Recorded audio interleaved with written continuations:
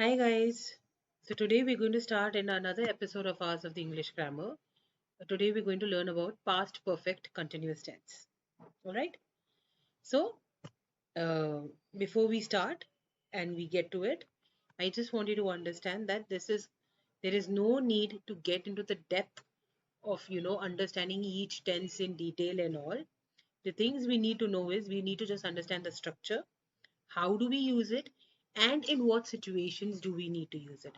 That is more than enough. It's perfect. Please do not try and get into the minute detail of it, that why was this there or why was that verb being used there. There's no use fretting over it. Okay, so let's start with it. Past perfect continuous tense, as the name says, suggests past.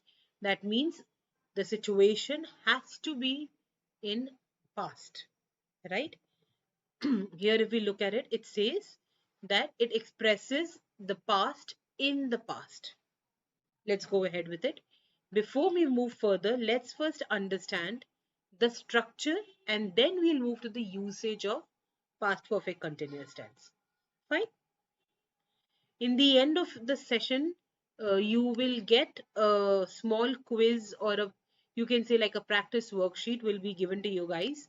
So whatever you've understood from the session, please try and do that worksheet so that it kinds of boosts your confidence that yes, you've understood the concept, and now you can frame sentences in a particular fashion, or sorry, in a similar fashion, right? And apart from the worksheet, I would also suggest that if possible, please try and frame sentences whenever you're free, sitting at home, or on whatever grammar concepts you're going to learn. Please try and frame sentences. Use them in your writing, professional or personal, as much as you can. Then please move on to the other step and level is practice it in your speaking.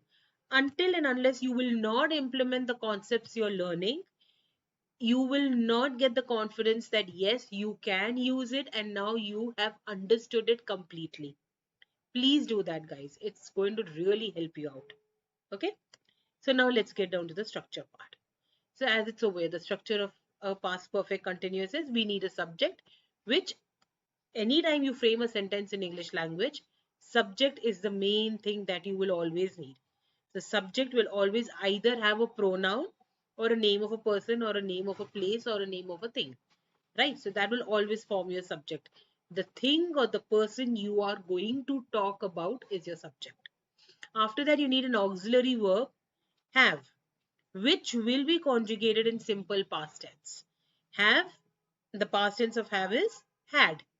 So for a present perfect tense, we have a subject, then we will add had.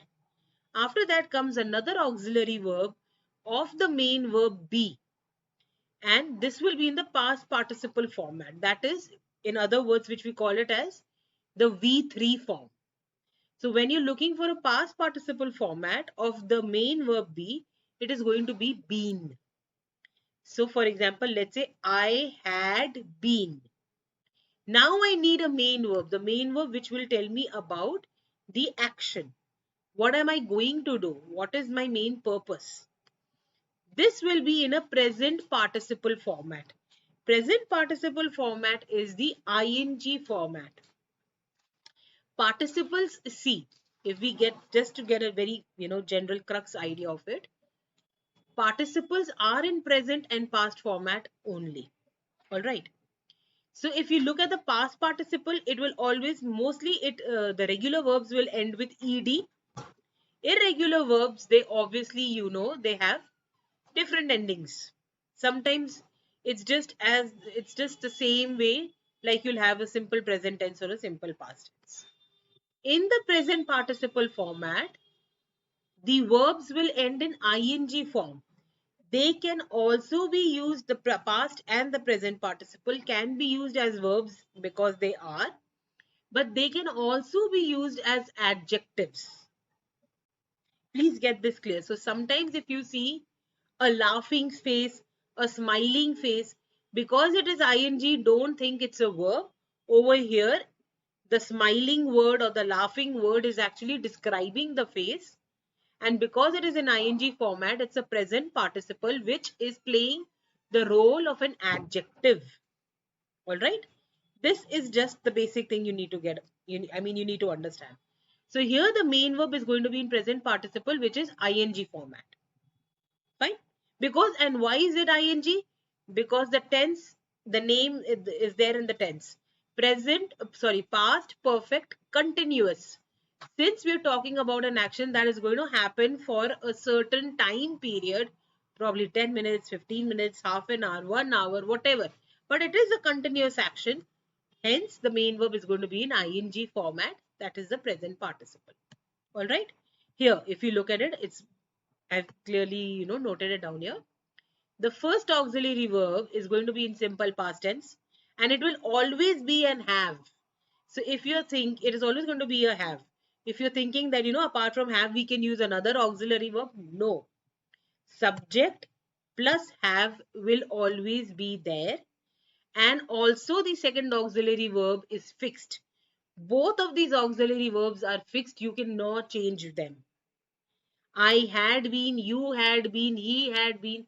This is the fixed structure. The main verb will change according to the action you want to describe. And that will be in ing format. That is the present participle format. Fine. That is it. Now, if you want to create a negative sentence, affirmative sentences we've done. If you want to create a negative one, I had not been working for 2 weeks. You want to do that? So like I've already said, not will come after the first auxiliary verb. I had not been working. Okay, this is obviously it's a, what do you call it? Affirmative sentence. You had been playing tennis. Affirmative sentence. Positive. Good. The negative ones are here. It had not been working well. We had not been expecting her. Now, if you want to create questions, please understand questions are the same concept like we have always been doing, from day one. Whenever you have the sentence you frame will always have a subject first and a verb first. But when you create a question, you do a crisscross. The verb comes first, then comes the subject. The same rule applies for all the tense situations of tenses. So here also it's going to be, when you want to create a question, the first auxiliary verb is going to have a crisscross with the subject. The rest of the sentence stays the same. So say for example, you had been drinking is a statement. It's a sentence. I have to create a question out of this. I will do a crisscross. The first auxiliary verb will come first. Had you been drinking? That's it. What happened over here is my first auxiliary verb came first, my subject came second. The rest of the sentence is the same. Let it be an affirmative sentence or let that be negative, I don't care. The only crisscross will happen with the first verb and the subject. That goes crisscross. So even say for example here, we had not been expecting her is a statement. I have to create a question out of it. Had we not been expecting her? Everything else is the same. All I did was had we, and my rest of the sentence stayed the same. That's all you need to understand and remember for creating affirmative sentences, negative sentences, and questions. That's all. This is the structure. Now, mostly when we start framing sentences and you get a better hang over the grammar, and since we've already learned about contractions, the same rule will apply here. Instead of having a very long sentence, like I had been, you had been, you can use a contraction. I'd been, you'd been, we'd been, right? So you can use contractions over here, and they do leave a good impression when you do that. But contractions should be used in informal writing. When you are doing a professional writing or you are writing in a formal situation like business emails or something, please do not use contractions. They do not leave a good impression. There you will use the full sentence like I had been. Then you will not use I'd been. Contractions are okay if you are doing an informal writing. You're writing to your family, friends, or even normal, like an RWA resident also is okay. It's not exactly very formal. It's a semi-formal thing. But for formal writings, please make sure no contractions. Okay. But some examples again over here for contractions. He'd been drinking all day. So please be careful when you read a sentence like this. He'd been drinking all day. It has to be had. You cannot have would in between. Do not assume that the verb over here is going to be would. He would be drinking all day does not make sense because there is no such grammar. He had been drinking all day. It had been pouring with rain. This makes sense because this is grammatically correct. Please remember this one fact. There are contractions in the English language where I know it ends with an apostrophe D, but the verb changes. You can have a would, you can have a had. The only thing is you need to know with the correct knowledge which verb is there at that point. Fine. If you're looking for negative sentences, same rule. We hadn't been living there long. Your contraction will come with the first auxiliary verb and the not. Then the pronoun stays as it is. The subject will stay as it is. You don't touch the pronoun there. If it's a negative sentence, then the auxiliary verb and the word not will form the contraction. They hadn't been studying very hard. We hadn't been living there long. It's going to form this way. All right. Now let's try and understand that how do we use this tense and where do we use it. Past perfect continuous is just like a past perfect tense. For past perfect tense also we need two situations and both of them are in past. Right. The first one is going to be simple past tense. Then we have to talk about the fact that what happened before that situation. And whenever we will talk about what happened before that situation, it is going to be a past perfect tense. But when we say past perfect tense, that means the situation finished over there. But here I'm adding continuous. That means for a certain period of time, it was a continuous action. It did not finish. So like over here it says, it expresses longer actions in the past before another action in the past. So the first action is always simple past, then the other one is a past perfect. Let's understand it with an example. It's always easy. Ram started waiting at 9 a.m. Started is the simple past tense which we need. Okay. I arrived at 11 a.m. All right. So what happened before this? Before you arrived at 11 a.m. something happened. When I arrived, Ram had been waiting for 2 hours. That's your past perfect continuous tense. Why? Because before your arrival of 11 a.m., something happened and happened for a continuous period of time. Someone was waiting for 2 hours. That is why you will use a past perfect continuous tense. Ram had been waiting for 2 hours. Okay. The first action that takes place, that tells us what happened in the story, is that from 9 a.m. Ram is waiting for you. Fair enough, he's waiting for you. But the first situation is I arrived in the past. So I arrived at 11 a.m. That's your first situation, simple past tense. But what happened in the interim period before that? From 9 to 11, those 2 hours, he's waiting. Yeah, he had been waiting for you. Hence, we have a past perfect continuous. Ram had been waiting for 2 hours when I arrived. It's just simple. The only difference with a past perfect and a past perfect continuous is the past perfect situation. You are just telling about the action that happened in the past. That's it. Continuous will tell you that for a certain period of time, 2 hours, 3 hours, 15 minutes, however it is, the action continued for a certain period of time. Okay, that's why it's continuous. Just simple examples, we go through it. John was very tired.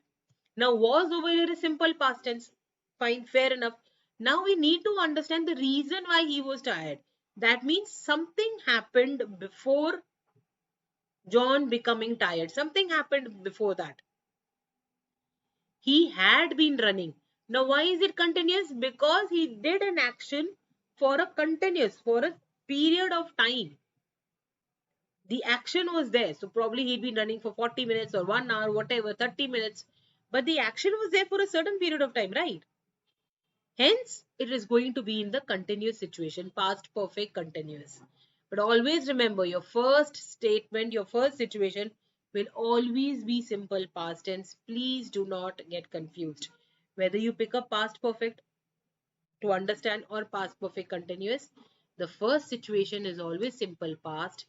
Then you have to tell them what happened before this situation. And whenever you have to tell them what happened before the simple past situation, you will always frame either a past perfect tense or a past perfect continuous tense, depending again on the situation. So like here, I could smell cigarettes. Simple past tense. But something happened before that. Somebody had been smoking. Now, smoking is a process that does not happen for 1 second. You put the cigarette to your mouth and then it's off your mouth and job done. No. You always smoke, for 2 minutes, 3 minutes. You smoke for a continuous period of time. Hence, we have a past perfect continuous. Another one. Suddenly, my car broke down. Okay, fine. Simple past. But what happened before that? There has to be a reason for your car to break down. So something happened before that. Sorry. Something happened before that for your car to break down. Suddenly my car broke down. I was not surprised. Okay. It had not been running well for a long time. So the situation is what? That I knew that for a continuous period of time, my car was giving me some problems. Eventually it broke down. Again, it's a continuous situation. That means you knew for probably 1 week, 10 days, 2 weeks, whatever it is, your car has been giving you problems non-stop. You knew that, you were aware of it. So when it broke down, you were actually not surprised. You knew this was going to happen one day. It had not been running well for a long time. Now again, look at the question. Had the pilot been drinking before the crash? Something that happened in the past.